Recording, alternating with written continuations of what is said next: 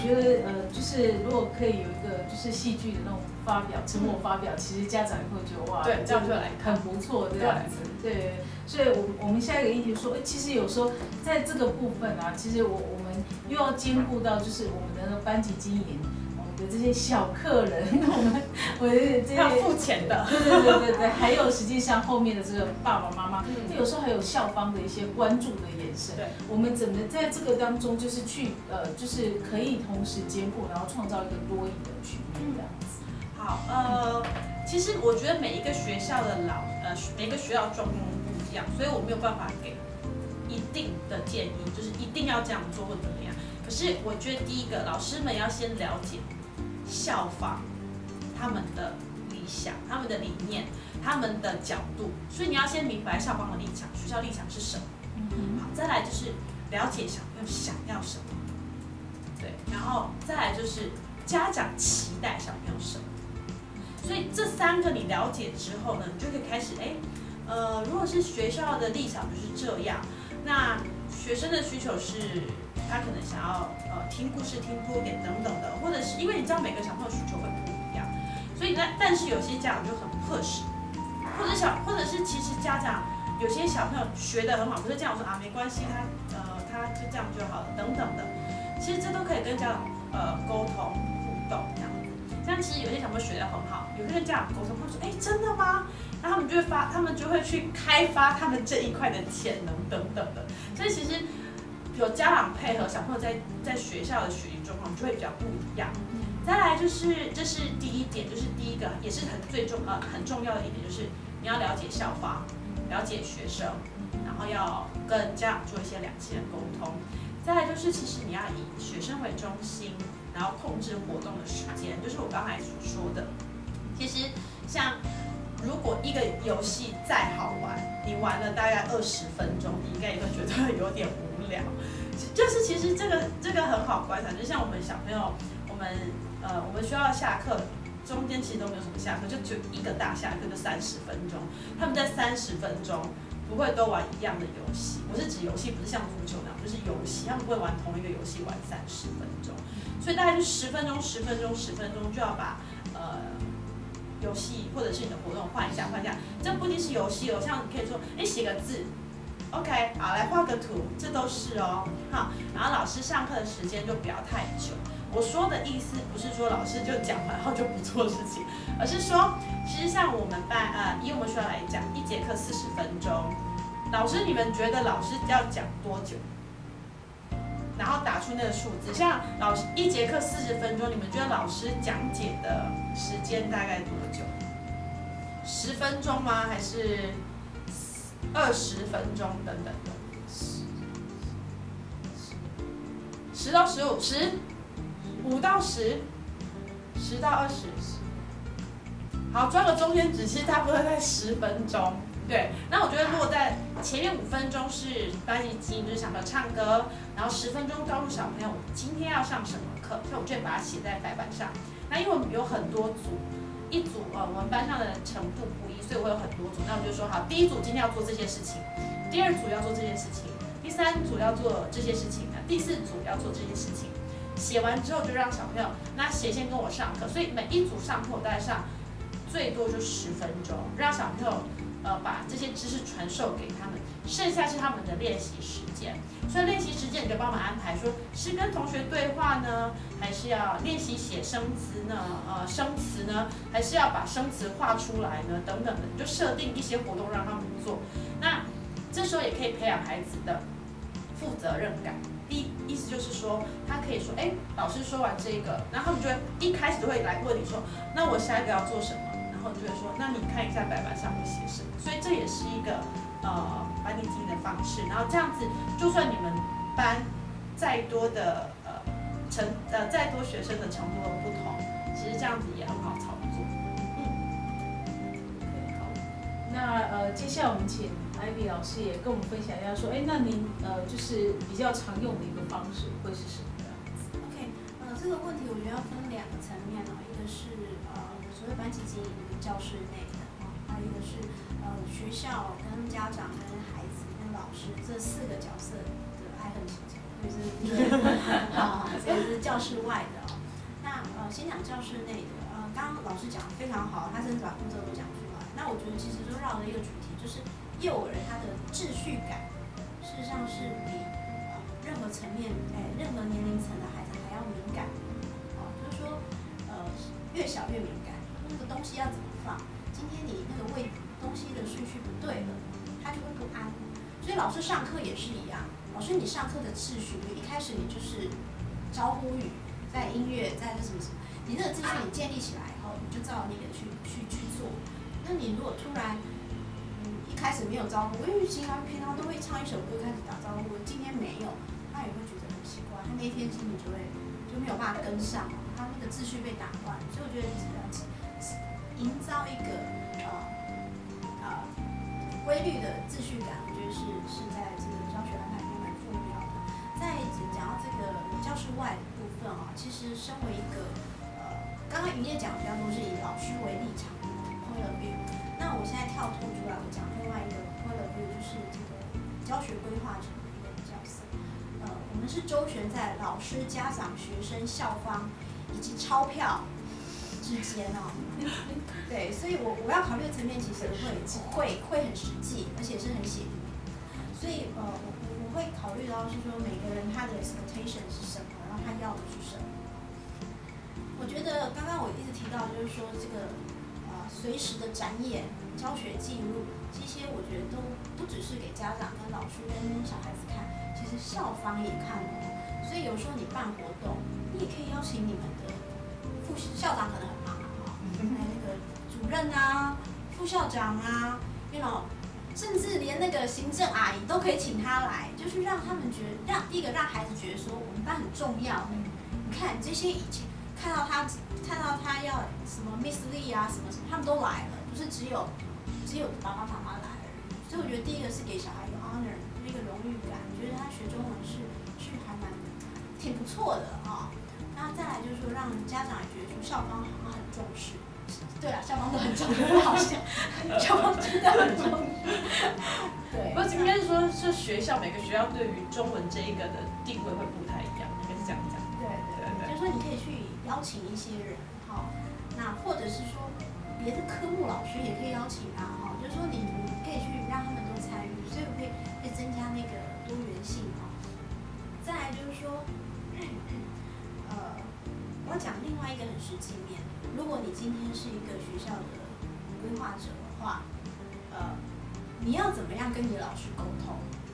事实上，我觉得老师心目中最理想的教学方式，第一个，不要给我增加太多负担；第二个，不要离开我原来熟悉的那个方式太远。所以我觉得在沟通的时候也要站在老师的立场去思考所以呢，你有时候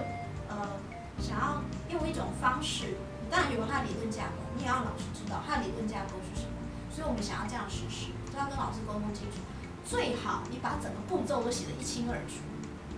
不是只有理论而已，你把整个步骤都包含在你这个 package 里面跟老师沟通，我觉得老师也比较能够接受。所以我觉得这是不管是以校方的立场来看，或者是以老师的立场来看，我觉得其实这个班级经营都是一个很深的学问。好，谢谢两位老师。那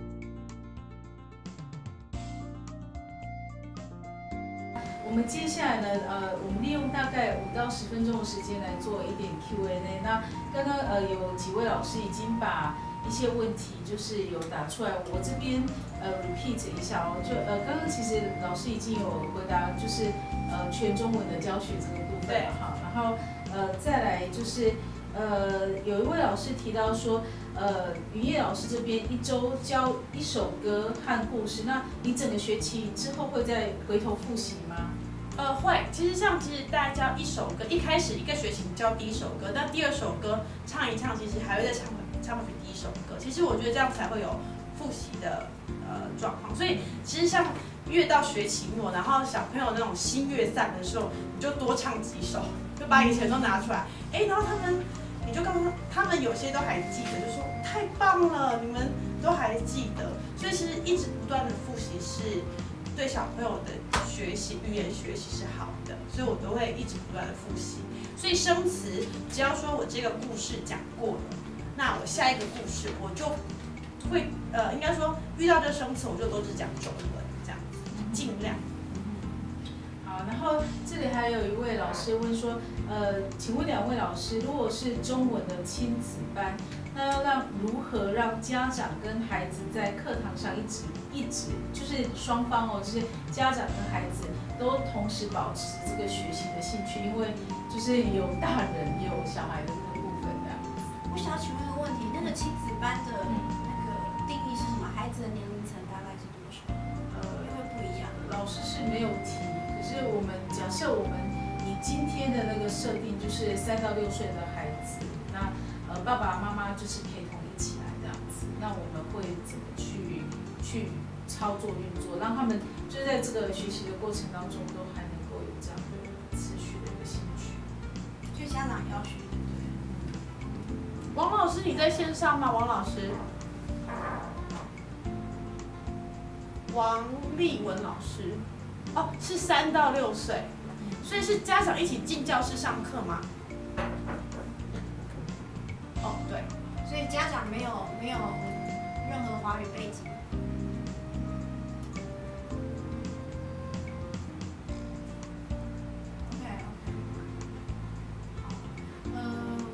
我自己自己有上过一些亲子课，那我觉得其实很容易让我们觉得很有趣因为我觉得那个基本上尽量去制造那个家长跟孩子的互动，就是说那个互动可以放权让家长去操作比如说你可以给一些指示，比如说现在假设我们只要教一首歌，那这首歌可能会有一些什么敬礼啊、点头啊、蹲下来啊什么的，那可能就是跟爸爸或妈妈跟孩子就是点头啊，或者是说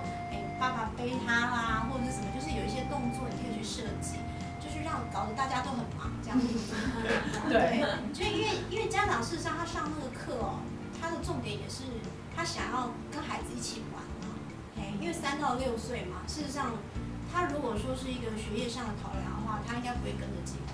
那他如果会跟着进来，他事实上也想要跟孩子有互动，所以我觉得在整个课程的游戏设计上的话，要设计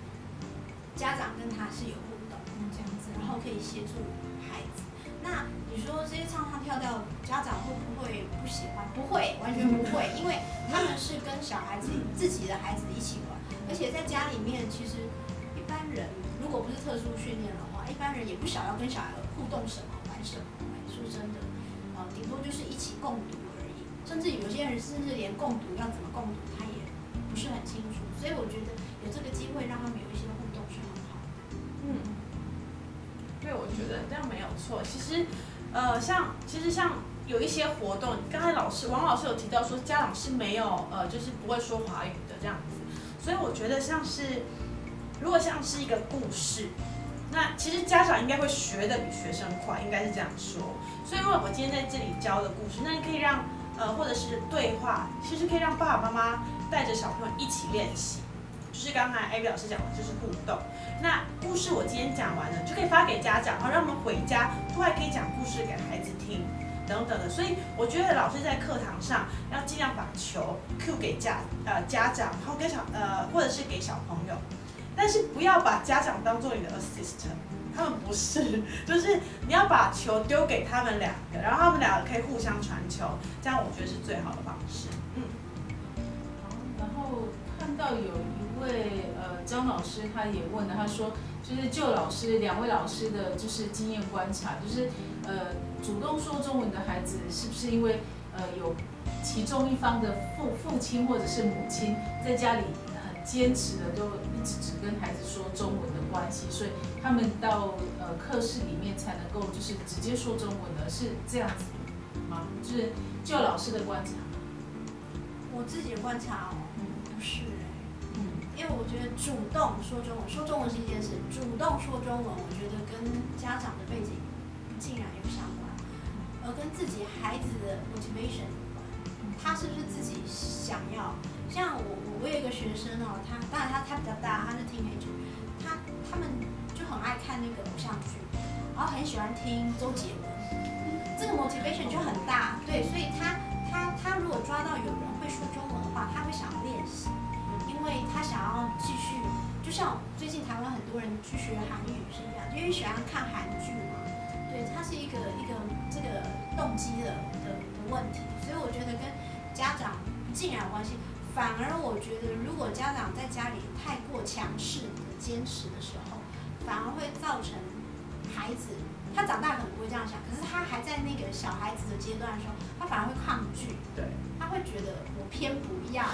我只要在你没有看到的眼皮下，我绝对不做这件事情，打死我也不做，因为你看到我的时候就一直逼我做，所以我反而觉得这有点揠苗助长，所以我会希望家长其实不用太把这个放在心里。可以用鼓励的方式，那即使不是华裔也没有关系。我觉得鼓励孩子去接触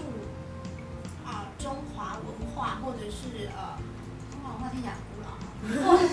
或者就是说他们有兴趣的东西，比如说卡通，就像小笼包啊这样子的。对，或者是像卡通啊，幼儿来讲可能卡通啊，中文的一些卡通，像巧虎啊什么之类的，他们可能会让他比较有 motivation。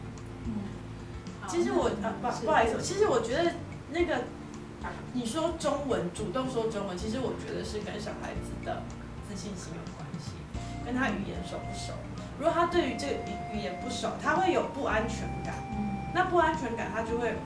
不愿意开口。所以我觉得这跟小朋友的安全感还有他的自信心是有很大的关系。当然也是就是他学习的动机。好，谢谢两位老师。那我看到线上还有一些老师有其他的问题，那因为时间的关系，等一下我们把两位老师的 email 也留给大家哈。那如果说线上老师有什么样的问题，我们都就是课程结束以后，我们可以在就是 email 刚大概看了一下，就是比较主要的问题是教材推荐好，然后再来就是如何到海外去就是教中文这两个区块。那我想说我们也不耽误太多的时间。那我想利用一点点的时间，就大概2分钟左右的时间，跟大家就说明一下 Chinese Stride 的这个就是一些相关的可以使用的。刚刚我们讲到说幼儿的部分有就是童谣动画。那我们在这里面设计了一些，就是甚至像卡拉 OK 的一个方式的，就是带动的那个唱法。然后戏剧的部分以外，其实在这个平台上面，我们也有很多的就是学习单，老师可以就是印出来让小朋友涂颜色的学习单，或者说譬如说刚云叶老师有举的这个Christmas 的这个例子。那 Christmas 它有 Christmas 相关的学习单，就是说在这个学习单上面可以请他们把这个圣诞老公公涂红色啊，什么涂什么颜色的，这相关的学习单都有。那所以现在刚好我们有就是免费试用到8月底，所以也可以就是欢迎老师们也可以上来就是申请一个试用的账号看看这样子。对，那其他的老师如果还有相关的问题的话，我们也可以直接 email 给2位老师。那我们把老师的这个 email 也秀在这边这样子。那对，谢谢今天很高兴就是有机会请到就是2位老师，蔡老师、蔡云叶老师，还有范慧茹老师、Ivy 老师来跟我们做个分享，谢谢，非常的精彩，谢谢2位，谢谢大家，谢谢，下次见喽。